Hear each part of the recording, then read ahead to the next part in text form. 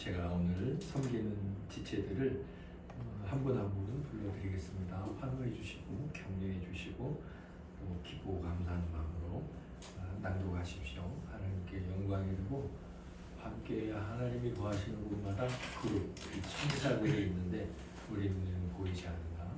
천사들이 하나님을 찬송하는 글을 읽을 때 얼마나 기뻐하고 덩달아 하나님을 찬양할지 한번 머리로도 믿음으로 그려보시길 바랍니다.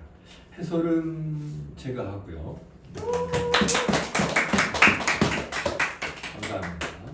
그럼 경건은 우리 민재성도님이 못 일어나는지 못 오셨는데 경건은 밑에 분별과 함께 우리 정은혜 집사님, 그다음에 안내자이기도 하고 이 안내자 이름은 담대입니다. 우리 임진규 성도님. 캐릭터가 늘 맞는 건 아니지만 이건 확실히 잘 맞는 것 같아요. 우리 임진규 성도님. 그리고 이제 아들들 쭉 나오는데 제임스는 정다워 성도님. 144페이지 목동의 노래가 나오거든요. 그것은 이명수 집사님. 또 아들 하나죠. 세뮤얼 정그린 성도님. 그리고 자비양, 자비는 김남희 사모님. 저희가 5장 5번째 챕터인데 제가 오늘 분량이 139에서 150페이지죠. 이 5챕터를 반반 나눠서 그렇게 하도록 하겠습니다. 제가 제목을 읽을 테니까 박수로 환호해 주시기 바랍니다. 5장 죽음의 그늘 골짜기에서 벌어지는 전투. 꿈에서 보니 순례자들은 걷고 또 걸어서 산둥성에 이르렀다. 그때 갑자기 경건이 뭔가 떠올랐는지 깜짝 놀란 목소리로 소리쳤다. 맙소사, 크리스티아나님과 길버들에게 주려던 게 있었는데 깜빡했어요. 다시 가서 가져와야겠어요. 그러더니 두고 온 물건을 가지러 급히 달려갔다. 경건이 돌아오길 기다리던 중 크리스티아나는 귀를 쫑긋 세우고 어디선가 나는 소리에 집중했다.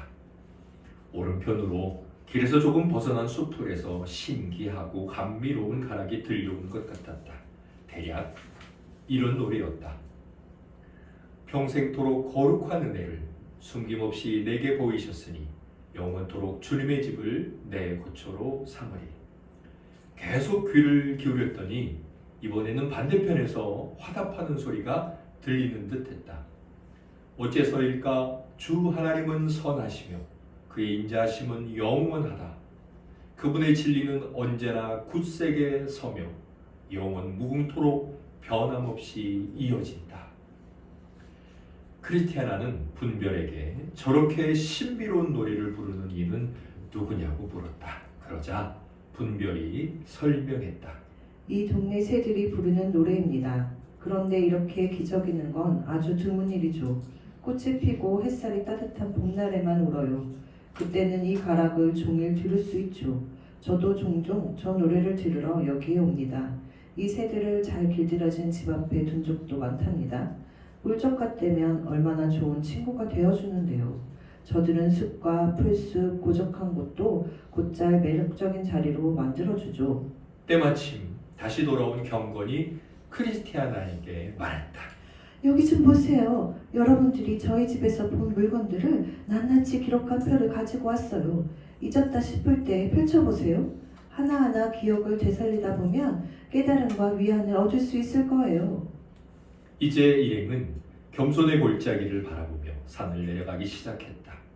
심한 비탈인데다 길마저 미끄러웠지만 조심스럽게 발을 내디뎌가며 무사히 내려왔다. 마침내 계곡에 들어서자 경건은 크리스티아나에게 말했다. 남편 되시는 크리스천님이 새 친구와 지나가다가 아볼론을 만나서 죽기 살기로 싸웠던 곳이 바로 여기입니다. 하긴 아주머니께서 그 소식을 못 들었을 리가 없겠지요. 하지만 두려워 말고 힘을 내세요. 여기 담대 아저씨가 여러분의 안내자이자 지휘자가 되어주는 한 넉넉히 이기고도 남을 겁니다. 두 아가씨는 안내자의 손에 순례자들을 맡기고 돌아갔다. 담대가 앞서 걷기 시작하자 나머지 식구들이 그 뒤를 따랐다.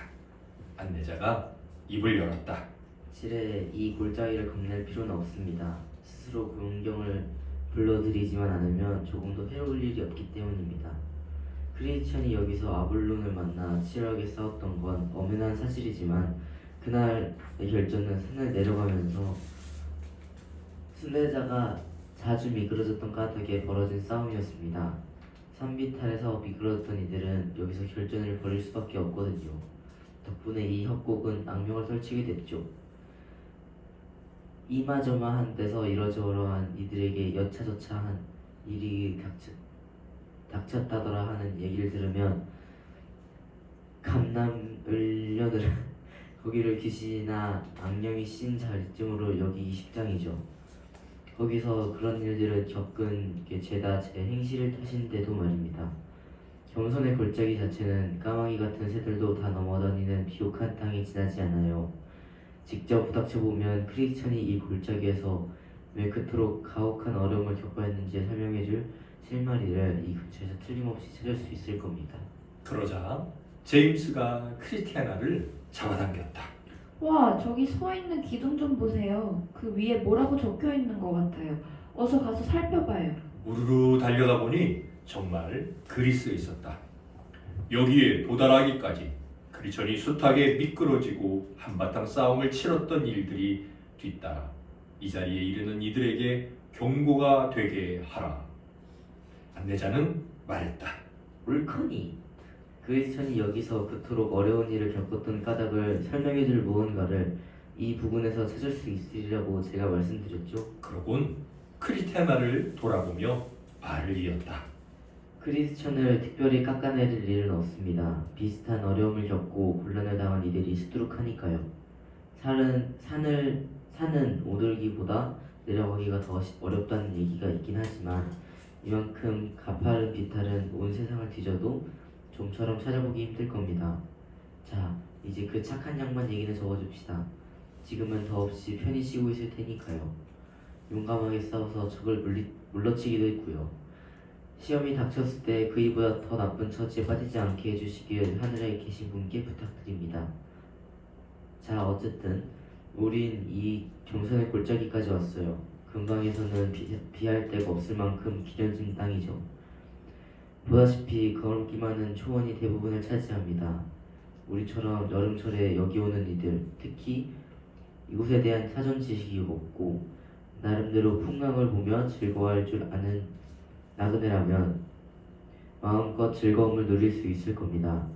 계곡이 얼마나 푸르른지 보세요. 백합꽃은 얼마나 아름답게요. 겸손의 골짜기에 좋은 땅을 구해서 공들여 가꾸는 이들을 저는 숱하게 알고 있답니다. 흙이 워낙 비옥해서 품을 많이 들이지 않아도 큰 소출을 내지요. 개중에는 여기에 아버지의 집으로 이어지는 길이 있으면 하고 바란 이들도 적지 않아요. 그럼 비탈길을 오르거나 삶을 넣는 고생을 하지 않아도 괜찮을 테니까요. 하지만 길은 어차피 한 방향으로 흐르는 법.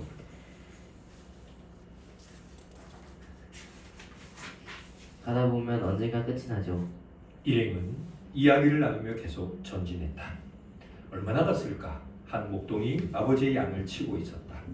옷은 몹시 남루했지만 아주 싱그럽고 준수하게 생긴 아이였다. 양치기 소녀는 자리를 잡고 앉아 노래를 불렀다. 담대가 뒤를 돌아보며 말했다. 잘 들어보세요. 다들 소년의 노래에 귀를 기울였다. 바닥에 있으면 떨어질 염려 없지. 낮은 자리에 있느니 오만하지 않네. 겸손한 이는 언제나 한결같이 하나님을 안내자를 삼는다네. 지닌 것에 만족하리. 적으면 적은 대로, 많으면 또 많은 대로. 주님이 저와 같은 인간을 구원하셨으니 여전히 만족하렵니다. 오직 그것만으로. 넉넉함은 곧 짐이라. 꾸준히 순례의 길을 걷는 이에게는 대대손손 영어죠 우뜸이라. 여기서 적게 지니고 훗날 은총을 기약합니다. 읽고 안내자는 말했다. 목동의 노래가 들립니까? 장담하건대 비단과 베베스로 감싼 나리들보다 가슴에 안심이란 약초를 품고 지내는 저 아이가 훨씬 더 행복하게 살고 있을 겁니다. 자, 이제 하던 얘기를 계속 해볼까요? 예전에 주님이 이 계곡에 별장을 한 채 가지고 계셨어요. 여기에 오는 걸 무척 좋아하셨거든요. 공기가 상쾌하다면서 초원을 거닐기를 즐기셨고요. 게다가 여기서는 누구나 시끄러운 소리나 분주하고 번잡한 인생사에서 벗어날 수 있거든요. 사실 어딜 가나 거슬리는 소리와 혼란스러운 일들이 그득하잖아요. 한적하고 고즈넉한 자리는 여기 경선의 골짜기 뿐이죠. 다른 데서는 걸핏하면 해방꾼이 튀어나오지만 여기서는 조금 더 방해받지 않고 깊이 묵상할 수 있답니다. 이 계곡에는 순례자의 삶을 사랑하는 이들 말고는 아무도 들어오지 않거든요. 크리스천이 여기서 아볼로와 맞닥뜨려 체험한 싸움을 벌인 건 사실이지만 그래도 지난날에는 뭇 사람들이 이곳에서 천사를 만나고 진주를 찾았으며 생명의 말씀을 발견했다는 얘기를 해둬야겠네요. 한참 전에 주님이 이곳에 별장을 지으셨고 근처를 상봉하길 좋아하셨다고 말씀드렸죠. 뿐만 아니라 경선의 골짜기 그리고 여길 사랑해서 찾아오는 이들을 위해 예산을 챙겨주셨다는 사실도 아울러 알려드리고 싶군요. 길을 보수하고 순례에 나선 이들을 격려하라고 철마다 꼬박꼬박 비용을 대고 계신 거죠. 한참 이야기를 나누던 중에 세미온이 불쑥 질문했다. 상대 아저씨, 이 골짜기에서 아빠와 아볼로온이 한바탕 전투를 벌였다는 얘긴 들어서 알겠는데 이 넓은 계곡 어디쯤에서 싸운 거예요? 네 아빠는 저 앞 깜빡벌 너머로 보이는 좁은 길목에서 아볼론과 맞서 싸웠단다. 사실 저기는 이 골짜기를 통틀어 가장 위험한 곳이지. 순례자들이 스스로 얼마나 큰 은혜를 입었는지 그리고 그 사랑을 받기에 얼마나 자신이 형편없는 존재인지 까먹는 순간 가차없이 예리한 공격을 맞닥뜨리는 지점이거든. 네 아빠 말고도 숱한 순례자들이 곤경에 빠지는 곳이 바로 여기란다. 그곳에 대한 이야기는 거기에 도착하면 더 자세히 하자꾸나. 전투가 벌어졌던 곳이라는 안내판이나 그런 싸움이 있었음을 설명해주는 기념비 같은 게 틀림없이 남아있을 거야. 자비도 대화에 끼어들었다. 이 골짜기는 지금껏 우리가 들렀던 어느 곳 못지않다는 생각이 듭니다. 제 마음에 쏙 들어요. 맞자가 삐걱대는 소리도 바퀴가 덜거덕거리는 소음도 없는 그런 동네를 좋아하거든요. 여기에선 누구든 아무런 방해도 받지 않고 자신은 어떤 사람이며 어디에서 왔고 무엇을 하며 살아왔으며 임금님이 자신을 부르신 뜻은 무엇일까 곰곰이 생각해 볼 수 있을 거예요. 깊이 묵상하다 마음이 우러져서 결국 두 눈은 헤스본의 연못처럼 변해 눈물이 흘러넘치고 말겠죠? 이 박하 골짜기를 제대로 지나는 이들은 눈물로 우물을 만들기 마련입니다. 하나님이 하늘에서 내려주시는 비가 여기에도 내려 옷을 가득 채울 거예요. 임금님이 그분의 백성들에게 주시겠다던 포도원도 바로 이 계곡입니다. 여기 지나는 이들은 지난날 크리스천이 아볼론을 만났을 때 그랬던 것처럼 노래를 부를 겁니다. 안내자 담대는 말했다. 100번 맞는 말씀이오시다. 여러 차례 이 골짜기를 지나다녔지만 이보다 나은 데는 없는 듯합니다. 몇 차례 순례자들을 이끌고 이곳에 왔는데 늘 역시 같은 고백을 하더군요. 임금님은 무릇 마음이 가난하고 심령이 통회하며 내 말을 듣고 떠는 자, 그 사람은 내가 돌보겠다고 말씀하셨어요. 이제 일행은 앞에서 이야기한 싸움이 벌어졌던 바로 그 자리에 이르렀다.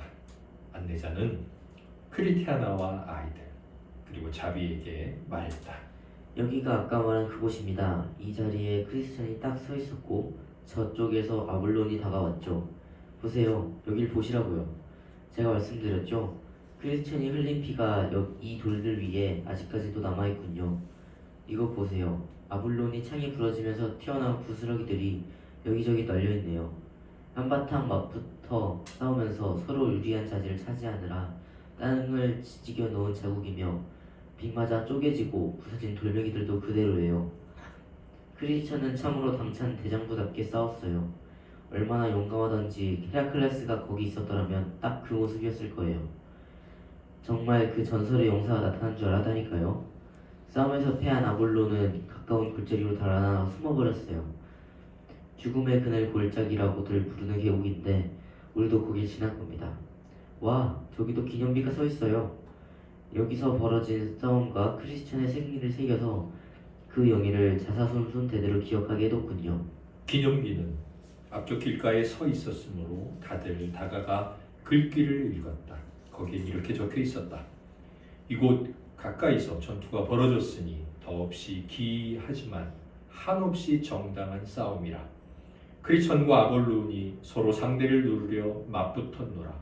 그이가 대장부답게 용감히 싸워 악마를 이기고 멀리 쫓아 버렸으니 여기 이 기념비를 세워 그와 같은 사실을 밝히노라. 네, 이번 주는 여기까지 하도록 하겠습니다. 계속 그냥 녹화해 주시고요. 서로 그냥 질문 하나만 할까요? 오늘 이제 죽음의 그늘 골짜기에서 벌어지는 전투인데 이 골짜기, 그러니까 정상과 정상에서 내려와서 만나는 그 골짜기, 이 골짜기란 뭔가요? 천국을 향한 길을 사랑하지 않는 사람은 그 골짜기에 들어갈 일이 없대요. 그 골짜기는 뭐죠? 겸손이죠, 겸손. 하나님 우리를 낮추시고 내가 아무것도 아니네, 별것 아니네, 하나님을 의지해야 되네, 그걸 깨닫게 하는 자리. 그래서 천국을 소망하지 않는 자는 인생에서 이 겸손의 자리에 떨어지지 않습니다. 물론 그 자리에 떨어져도 하나님 앞에서 이 겸손을 깨닫지 못하죠. 그냥 내가 힘내서 다시 성공해보자, 그렇게만 깨달을 뿐이지 본질적인 자기를, 그리고 본질적인 구원자를 생각 못하죠. 위로가 되는 것은 우리 주님께서 그때그때 이곳에 이제 수리도 하고 또 지나가는 자들을 위한 여비를 계속 마련해 주시고 충당해 주신다는 말씀이 감사해요. 가정이나 교회나 한 개인이 이런 겸손의 골짜기로 떨어질 수 있죠. 그런데 그 일이 천국을 향해 걸어가는 자들이 만나는 길이래요. 그래서 너무 심해가지고 아까 책에 나와 있는 것처럼 여기서 곧바로 천국 가는 길이 생겼으면 좋겠다, 그 정도로 굉장히 힘이 들지만 주님의 도우심이 항상 있으므로 우리가 이곳에서 마귀의 시험과 대적, 우리를 향한 이제 잘못된, 너는 여기서 죽어, 너는 지옥에 빠진 거야, 이런 온갖 잘못된 미혹 시험들을 우리 각자의 겸손의 이 골짜기, 죽음의 그 골짜기에서 벌어지는 전투를 잘 싸워 이겨야 할 것입니다. 네, 지체들 잘 읽어주셨고, 특별히 우리 임진규 성도님 글 양이 좀 많았는데 아주 잘 읽었어요. 오늘은 다들 성우처럼 다들 잘 읽어주셨네요. 제가 오늘은 이제 조금 아마 온세미로 교회를 처음으로 주님께 이제 부름을 받아서 이제 하나님의 영원전 계획 속에 이런 교회를 준비하셨고, 때가 되어서 성령의 감동을 따라 이제 이렇게 교회를 섬기고 있는데, 이 지체들께서 온세미로 교회가 어떤 교회인지, 그건 외형적인 것이나 어떤 추구하는 것은 조금이고 눈에 보이지 않는 본질, 눈에 보이지 않는 온세미로 교회는 어떤 교회일까? 우리가 그동안 이제 많이 이야기도 하고 또 홈페이지나 밴드에 우리가 하고 있는 일들이 그런 걸 표현해 줘요. 제가 이런 방식으로 정리를 했어요. 제가 사실은 지금 뭐 교회가 이제 14주년 올해 이제 아마 그렇게 될 것 같은데, 그렇군요. 이번 주가 말하자면 이제 설립 기념주일이군요. 근데 저는 그것도 모르고 오늘 준비를 했는데, 제가 하나님의 나라 역사가 이곳에 이제 펼쳐지는데 어디에 그게 가장 확실하게 나타나냐면 교회에 나타나요. 하나님의 나라는 교회에 무조건 가장 확실하게 나타납니다. 제가 이제 드릴 말씀 너무 많지만, 그래서 이 교회의 변화나 시대의 흐름을 보고 교회의 모습이 어떻게 되었고, 그리고 교회란 무엇인가를 이제 보게 되면 하나님이 이 세상 가운데 일을 하고 계신다고 그랬는데, 그 일이 정말 어떻게 되고 있는지를 가장 잘 알 수 있어요. 제가 그래서 조금 지난주부터 아니 한 달 전에 책을 샀어요. 이제 저희가 이제 비전 트립도 가려고 하잖아요. 스코틀랜드 하나님께 계속 기도드리고 있는데 이제 그 준비도 할 겸 이제 왜 하나님께서 또 그런 마음을 주셨을까 이제 그런 생각도 하고 그래서 책을 읽고 있다가 지난주 읽는 부분에서 이걸 정리를 해야지 그런 마음이 강하게 들어서 제가 이제 좀 정리를 하고 우리 성도님들하고 좀 나누려고 하는데 딱딱한 공부는 아니에요. 오히려 좀 재미있어요. 이제 우리 사모님께서 한번 나눠주셨습니다. 제가 이걸 컴퓨터로 이렇게 만드는 걸 좀 아직 잘 못해요. 이걸 표나 그림 이걸 그래서 제가 그냥 제 메모장에 이렇게 좀 써서 그냥 복사를 했어요. 제가 이제 오늘 무익한 종 그래서 제 나름대로 이제 이것을 만들었습니다. 뭐 어디에 없어요. 일단 사실 이건 뭐냐면 교회의 역사인데 그 교회 밑에다가 저는 이렇게 하고 싶어요. 복음적 교회 이렇게 말하고 싶어요. 제가 오늘 이제 우리가 계곡을 배우지 않았습니까? 가장 깊은 곳에 흐르는 물인데 어제 문득 제목을 뭐라고 할까 하다가 바른 교회의 역사 이렇게 할까 하다가 아모스 5장 24절 말씀이 생각났어요. 거기 보면 오직 정의를 물같이 공의를 마르지 않는 강같이 제가 이 부분에서 마르지 않는 강 영어로 보니까 never failing stream이거든요. never failing은 보통 이제 실패하지 않는 뭐 그런 뜻이에요. 실패가 없는. 그러니까 끊이지 않는 스트림. 이제 스트리밍 우리 이제 음악 스트리밍 하잖아요. 이제 여기 ing를 붙이는데 스트림은 원래 이제 뭐 개울 물이 흐르다 뭐 그런 거를 말하거든요. 그러니까 절대로 마르지 않는 강, 끊이지 않는. 저는 제가 생각했던 건 원래 이거예요. 뭐 우리가 눈에 보는 땅 위에도 물이 흘러가죠. 보통 그걸 우리는 강이라고 말하고 아니면 이제 샘이라고 말하고 골짜기, 개울이라고 말하는데 땅 밑을 흐르는 건 바다 밑은 뭐 바위 밑은 안반수. 근데 땅의 가장 깊은 곳에 흐르고 있는 그 물. 그래서 아무리 더워도 추워도 마르거나 얼지 않는 끊임없이 흘러가는 물이 있어요. 그 물에서 공급받아서 나무가 자라고 그 물들이 산에서 이제 뻗어나오는 거죠. 그런 거 생각해 보신 적 있나요? 제가 산에 중턱쯤 갔거든요. 높은 산이었죠.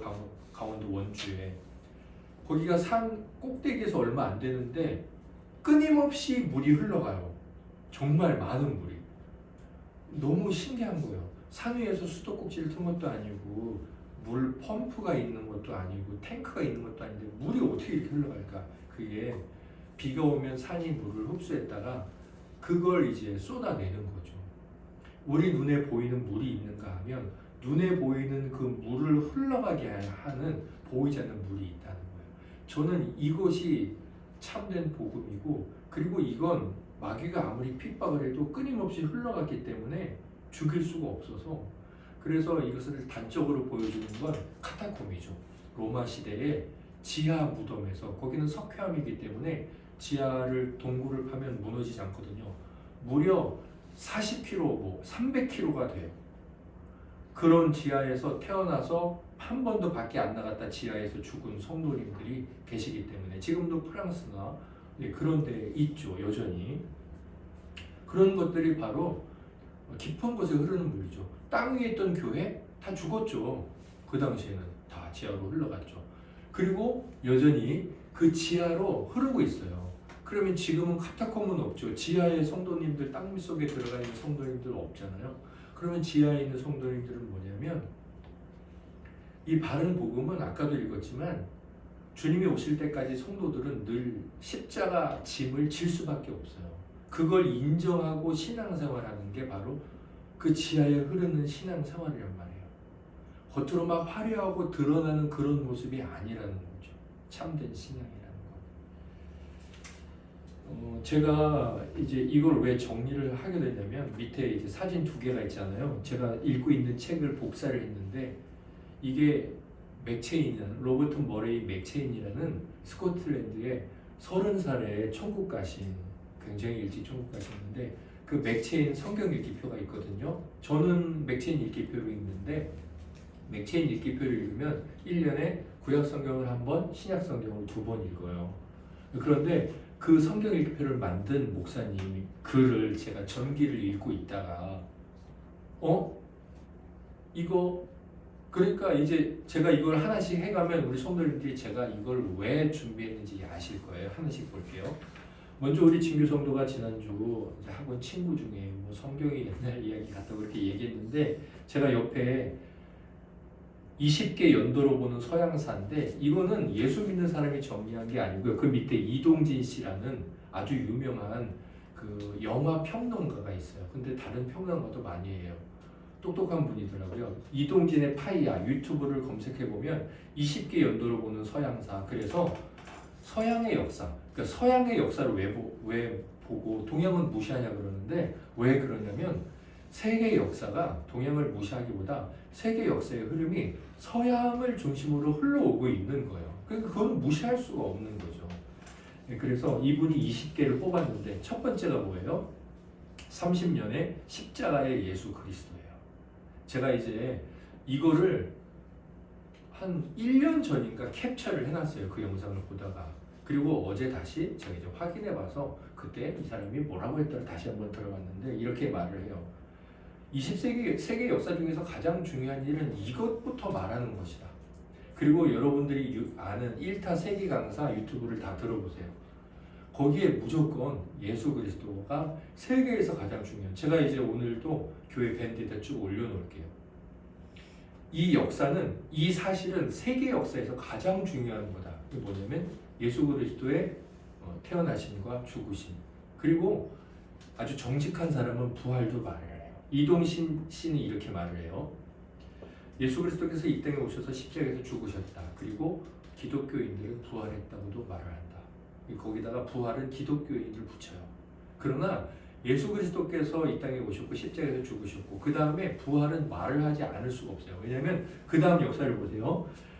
그 10개의 역사 중에 거의 대부분은 다 교회와 관련되어 있어요. 서로마 제국, 제10자군, 단테의 신국, 동로마 제국, 콜럼버스의 아메리카 발견, 루터의 종교개혁, 코페르니쿠스의 지동설. 지금 우리 교회 역사를 얘기하는 게 아니에요. 기독교 역사를 얘기하는 게 아니라 세계 전체 역사를 말하는데 교회를 빼놓고 말할 수가 없고 교회는 만약에 예수께서 십자가에서 그냥 죽으셨다, 부활이 없었다. 그러면 교회는 생기지 않아요. 왜냐하면 교회가 처음에 생길 때 사도행전에서 제자들이 뭘 전했죠? 부활을 전했거든요. 부활을 안 전했으면 교회가 생길 수 없어요. 아무튼 이제 서양 역사를 세계 역사를 저랑 간단하게 한번 보실 텐데 그 역사 중에 세계를 움직이는 건 지금 이제 예수구나 알았잖아요. 그럼 결국 세계 역사를 다 공부해야 되죠. 우리가 세상을 살아가니까. 그러면서도 세계 역사를 움직이는 건 결국 교회의 역사예요. 그래서 저는 이제 오늘 교회의 역사만을 볼 텐데 교회 중에 그 밑바탕에 흐르는 본질적인 교회가 무엇인지를 보세요. 먼저 세계 역사가 BC와 AD로 나눠요. BC는 뭐냐? 예수님이 태어나기 전 비포 크라이스트예요. 말 그대로. AD는 뭐냐? 아노 도미니. 이거는 라틴어예요. 아노 도미니. 도미니는 주예요. 주. 아노는 후예요. 애프터. 그러니까 주님 후라는 뜻이에요. 결국 세계 역사는 예수님이 오시기 전, 예수님이 오시고 난 후. 그게 세계 역사라는 거죠. 그러니까 세계 역사, 이 세계 가운데 살아가는 사람이 예수를 말하지 않고 그건 거짓말이라고 말한다? 그럼 그 사람은 이 세계 현실을 부정하는 사람인 거죠. 자, 그래서 AD 30년에 십자가의 예수 그리스도 처형 부활이죠. 그 다음에 제가 드릴 말씀도 많은데 서울대학교 병원 나온 의사들 간판 보면 거기 뭐라고 써 있습니까? 베리타스 룩스 미아라고 써 있어요. 거기 그 학교는 샤 표시죠. 정문은. 근데 그 학교 배지를 보면 한쪽 옆에 베리타스 룩스, 저기 룩스 보이시죠? 포스트 테네브라스 룩스, 베리타스 룩스, 여기는 미아 이렇게 써 있어요. 진리는 나의 빛. 그런 뜻이에요. 그게 어디서 나왔냐면 영국의 옥스퍼드 대학교에서 도미니우스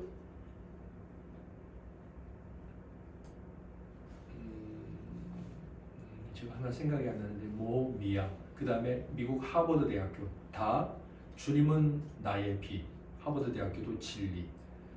그러니까 이 전 세계에서 가장 위대한 대학들은 다 이 진리, 예수 그리스도 복음 안에서.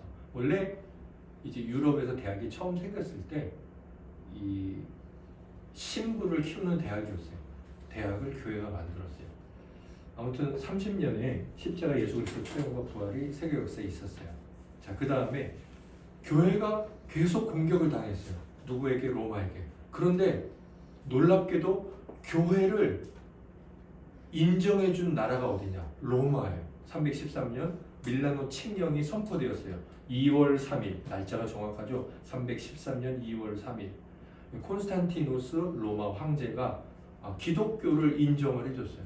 물론 이 당시는 기독교만 인정해준 게 아니라 모든 종교에게 관용 정책을 편 거예요. 아무튼 자기네가 그렇게 핍박을 했는데 그 나라가 바로 기독교를 인정해줬어요. 자, 그 다음에 325년 6월 19일 니케아 회의를 했어요. 이때 콘스탄틴 황제가 직접 그 회의의 의장이었어요. 그리고 300명이 되는 그 당시 그 로마 또 주변에 살고 있던 감독들, 교회 목사들이 다 소집이 됐어요. 엄청난 회의였던 거죠. 지금처럼 비행기를 타고 올 수도 없는데 뭘 발표했냐? 삼위일체. 하나님은 성부, 성자, 성령이시다. 왜냐하면 이때 이단들이 생겼어요. 예수는 사람이지 하나님이 아니야. 아리우스 이단을 정죄하고 이때 삼위일체를 선포해요. 그리고 이때 니케아 신조, 이때 니케아 사도신경 같은 신조가 오늘도 우리에게 아주 정확하게 딱 맞아요. 우리는 니케아 신조를 고백하는 사람들입니다. 그 다음에 354년에 누가 있느냐? 어거스틴. 어거스틴이 얼마나 위대하신 분인지 저와 여러분들에게 영향을 미치고 있는 분인지는 나중에 말씀을 드릴게요. 이분은 354년 11월 13일 날 태어나셔서 430년 8월 28일 날 천국 가셨어요. 자, 325년 니케아 회의, 354년 어거스틴 보이시죠? 그 다음에 이렇게 해서 초대 교회가 딱 끝이 나요. 예수님께서 오신 1년부터 원래 이제 예수님은 1년이라고 보지는 않고 보통 BC 이제 4년 혹은 3년에 태어나신 거로 정확하게는 그렇게 역사학자들이 많이 보고 있어요. 아무튼 그래서 총 33세 이렇게 해서 끝나요. 그리고 590년에 그레고리 1세라는 이 사람이 64대 로마 교황이에요. 그러니까 그 전에 63명의 교황들이 로마에 있었어요. 교황은 이 교회들의 가장 우두머리다 이렇게 말을 해요. 잘못된 말이죠. 교회의 머리는 누구예요? 예수님이니까. 아무튼 그런 교황들이 쭉 있다가 이 그레고리가 지금 우리가 생각하는 이 교황의 그 화려함, 위대함을 이 사람이 딱 기반을 세웠어요. 교황 제도를 만든 거죠. 그래서 이 사람부터 중세 시대가 시작이 돼요. 제가 밑에 미들 에이지 적어놨죠. 590년서부터 1517년 거의 1000년이 중세 시대예요. 그런데 590년에서 1517년 제가 아무것도 안 했죠. 이때는 암흑기예요. 교회가 세상에 인정은 받았지만 하나님으로부터는 온갖 비난을 받았을 정말 교회가 지탄의 대상이 되는. 그래서 어떤 일이 일어납니까? 1517년 10월 31일 루터가 종교개혁을 합니다. 루터는 원래 이 당시 이 로마 천주교의 신부였어요. 사제였습니다. 그런데 이 사람이 면죄부 돈을 주고 표를 사면 그래서 그 표를 티켓처럼 극장에다 내면 극장에 들어갈 수 있는 것처럼 이 면죄부를 헌금함에 딱 넣으면 연옥에 가 있는 내 아버지 죽어 있는 그 사람들이 천국에 간다. 그래서 면죄부를 팔았어요. 면죄부를 왜 팔았어요? 지금 유럽에 멋지다고 생각하고 여행 가고 부러워하고 위대하다고 말하는 그 교회들 지으려고. 네, 돈이 없으니까 돈을 모아야겠잖아요. 그래서 면죄부에 대해서 잘못됐다 말하려고 시작을 했는데 루터가 보니까 교황도 잘못됐고 부패하고 뭐 이루 말로 다 할 수 없을 정도로 완전히 썩어 있었습니다. 그리고 1533년에는 어떤 일이 있냐면 칼빈이 개종을 해요. 칼빈은 프랑스 사람이에요. 그런데 칼빈은 그래서 천주교인이었는데 자기가 나는 이제 루터에 의해서 종교개혁이 일어난 그 프로테스탄트 개신교, 나는 그 종교인이 되겠다. 개종을 합니다.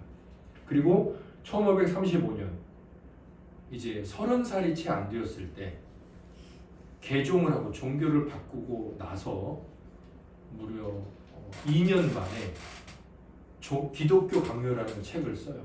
근데 그건 사실 책이지만 편지였어요. 누구에게? 자기의 조국 프랜시스 1세 황제에게, 왕에게 편지를 씁니다. 왜냐하면 프랜시스 1세가 이 프랑스는 지금도 카톨릭 중심의 국가예요. 영국은 지금 이제 기독교 중심의 국가인데 프랑스는 지금도 카톨릭 중심의 국가예요. 이 개신교가 약합니다. 이 기독교인들을 박해했어요. 그래서 칼빈도 스위스로 가서 피신에 있었어요. 피신에 있으면서 자기가 종교를 바꾸고 나서 바른 신앙은 이거네. 로마 천주교 잘못됐네. 그걸 알고 바른 신앙은 무엇인가? 그런 의미의 기독교 강요, 기독교 개요, 기독교의 개념을 쓴 책이 이 책입니다. 이 책이 이제 오늘날까지 신앙을 바로잡아준 아주 위대한 책이 됐죠.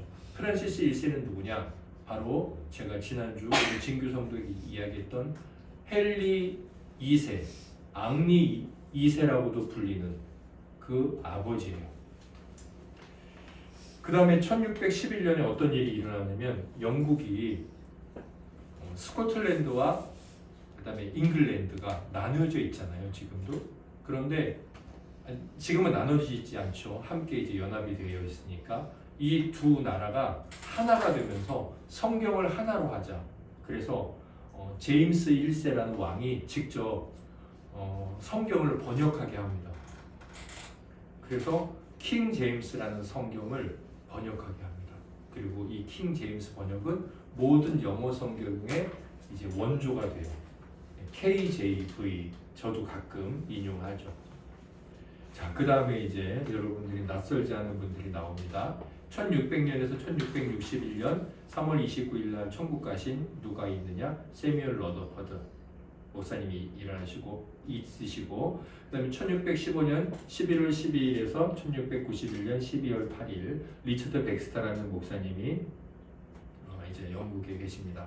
우리 리처드 백스터 성도의 영원한 안식 수요학당 두 번째 시즌 책으로 했었습니다. 세뮤얼 러더퍼드 책 지금 네 번째 시즌 세뮤얼 러더퍼드에 편지하고 있습니다. 1628년 11월 28일에서 1688년 8월 3일 우리가 잘 아는 존 bunyan 철로 역정을 쓰시고 뭐 여러 가지 책을 쓰신 존 bunyan 목사님께서 이때 이 땅에 계셨습니다. 그 다음에 1634년에서 1668년 조셉 얼라인이라는 목사님이 이때 계셨습니다. 조셉 얼라인을 혹시 기억하시나요? 제가 정말 크게 박수 쳐드릴게요. 조셉 얼라인.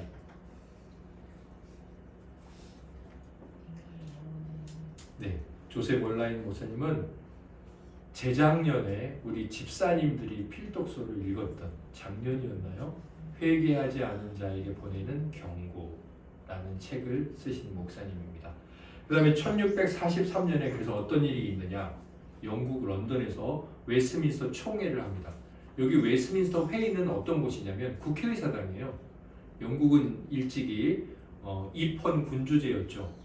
그러니까 왕이 있지만 왕은 명목상 그리고 실제로 다스리는 건 누구예요? 의회 의원들이 이제 회의를 내고 결정을 하죠. 그래서 민주주의 국가 의회 정치가 가장 먼저 발달한 나라가 영국인데 웨스트민스터는 바로 국회의사당이에요. 그런데 국회의사당에 누가 모였느냐? 의원들만 모인 게 아니라 목사, 성경학자들이 모였어요. 그리고 6년 동안 1643년에서 1649년 7월 1일에서 2월 22일까지 무려 6년 동안 회의를 하는데 어떤 회의를 했을까요? 어떤 회의를 하려고 어떤 발표를 하려고 회의를 했을까요? 바른 신앙이란 뭐냐? 그리고 발표한 게 뭐예요? 우리가 매주일 읽고 있는 웨스트민스터 신앙 고백서. 바른 신앙이 뭐지? 그걸 만들어내려고 무려 6개월 동안 이 회의를 하고 결정을 하고 한 나라에서 공표를 하는 거예요. 자, 그 다음에 1718년 우리가 잘 아는 데이빗 브레이너드라는 분이 미국 아메리카 대륙에서 이제 인디안 선교를 하십니다.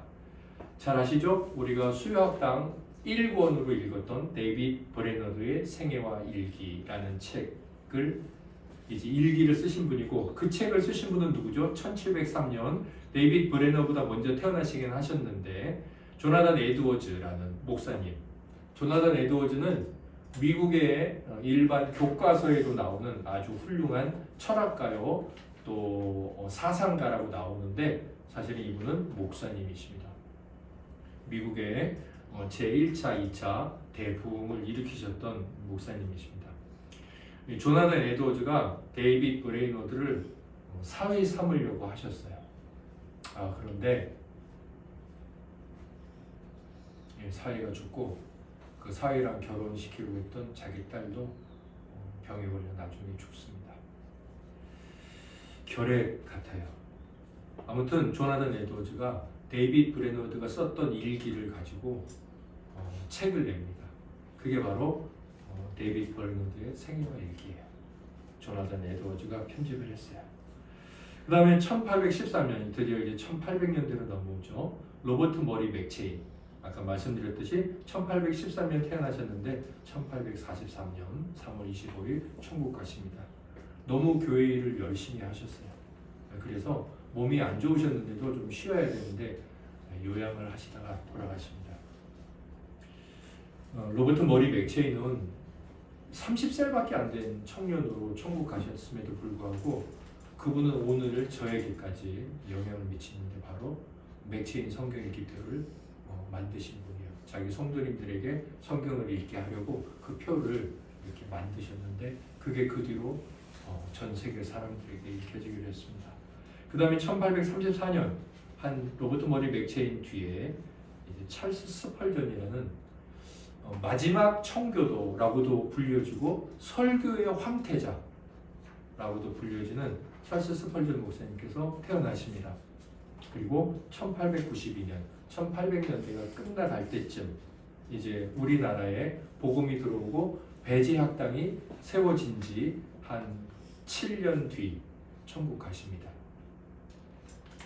그리고 1899년 이제 1800년대가 끝나갈 때쯤, 그러니까 찰스 스펄전이 천국 가시고 나서 다시 이 땅에는 누가 오느냐? 마틴 로이드 존스라는 목사님이 태어나십니다.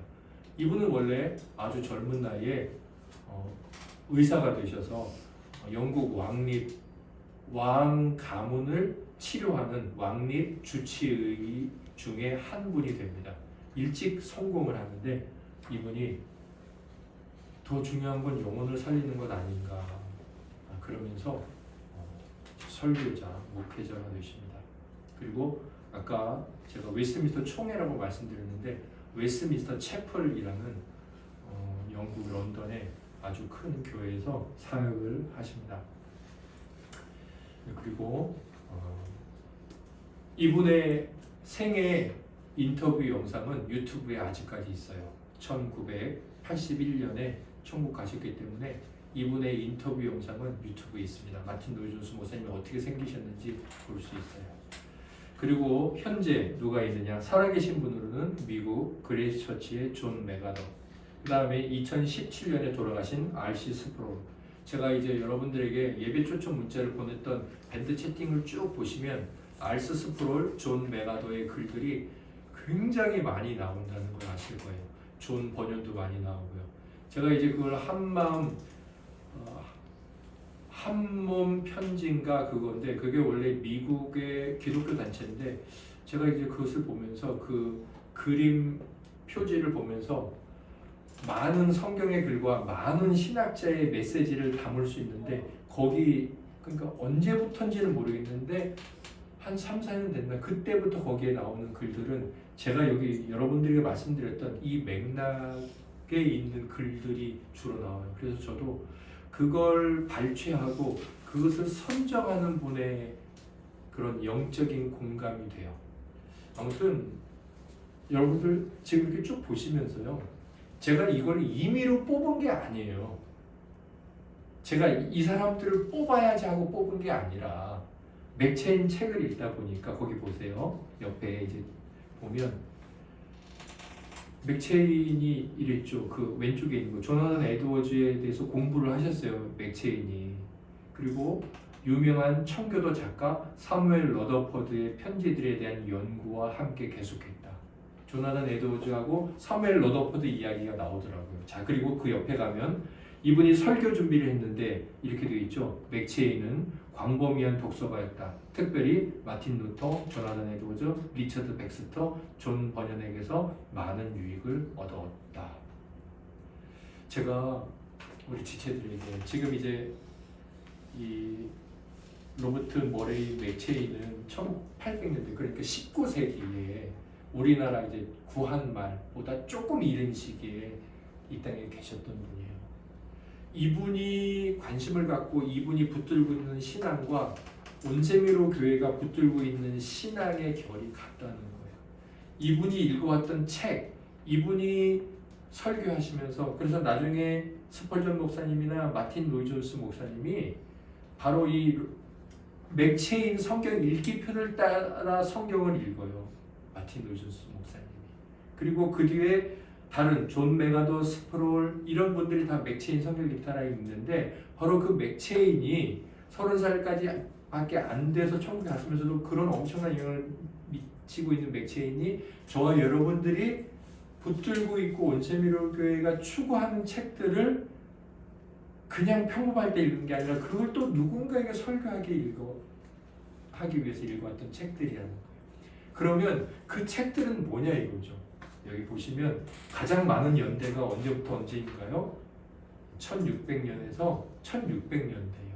그러니까 17세기예요. 17세기는 종교개혁이 있고 난 다음에 1517년 이제 16세기잖아요. 16세기 종교개혁이 있고 나서 잠깐 식어요. 그래서 마틴 루터가 한탄을 합니다. 그랬다가 다시 17세기.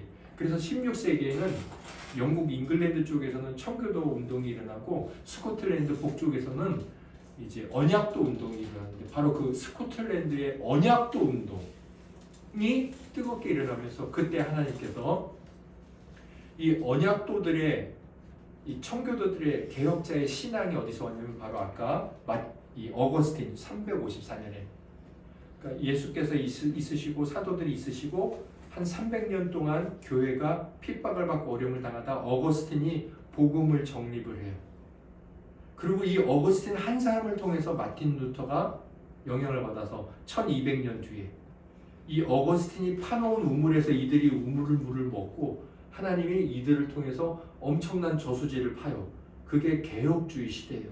그래서 그때 엄청난 이 신앙의 진리들을 이 댐을 마련해서 그 댐이 제가 볼 땐 예수님께서 다시 오실 때까지 더 이상 댐을 팔 필요 없이 그냥 걷다가 길러 먹으면 돼. 그래서 거기서 댐을 계속 길러 먹고 있는 사람들이 그 뒤에 나오는 데이빗 브레이너드, 조나단 에드워즈, 머리 맥체인, 찰스 스펄튼, 마틴 로이 존스, 그리고 지금 존 메가더, 알스 스프롤. 한국에도 있죠. 뭐 몇몇 교회들 제가 말할 수 있지만 그냥 현재 제가 가장 큰 핵심이라고 말할 수 있는 분들만 뽑았어요. 그러니까 말하자면 이 역사는 개혁주의의 역사예요. 본 성경의 역사고 바른 복음의 역사예요. 자, 그러면 이들의 신앙 색깔이 좀 느껴지시죠? 우리는 그래 신앙생활 해왔습니다. 그러면 이렇지 않은 다른 교회, 그러니까 천국에 대한 관심이나 뭐 이 땅에서 성공하고 잘 살고 뭐 교회 가면 치료받고 아픈 거 병 낫고 그런 교회는 어떻게 되는 거냐? 저는 잘 모르겠어요. 그런 교회는 나는 말하고 싶지는 않아요. 뭐가 어떻다. 다만 우리가 그렇다고 말씀드리고 싶어요.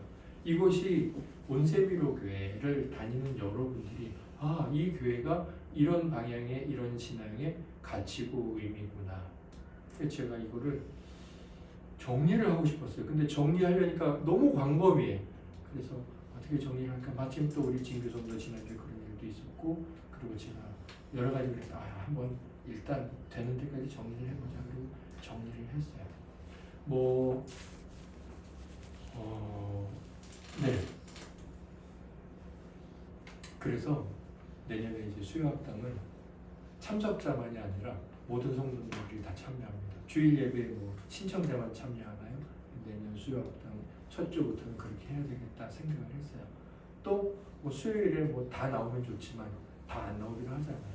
아무튼 참석은 또 그렇게 자율적으로 그런 예배 형식으로 해야 되겠다라고 생각을 했습니다. 네, 지체들하고 좀 나누다 보니까 좀 시간이 좀 길게 갔는데 우리 다 같이 일어나셔서 314장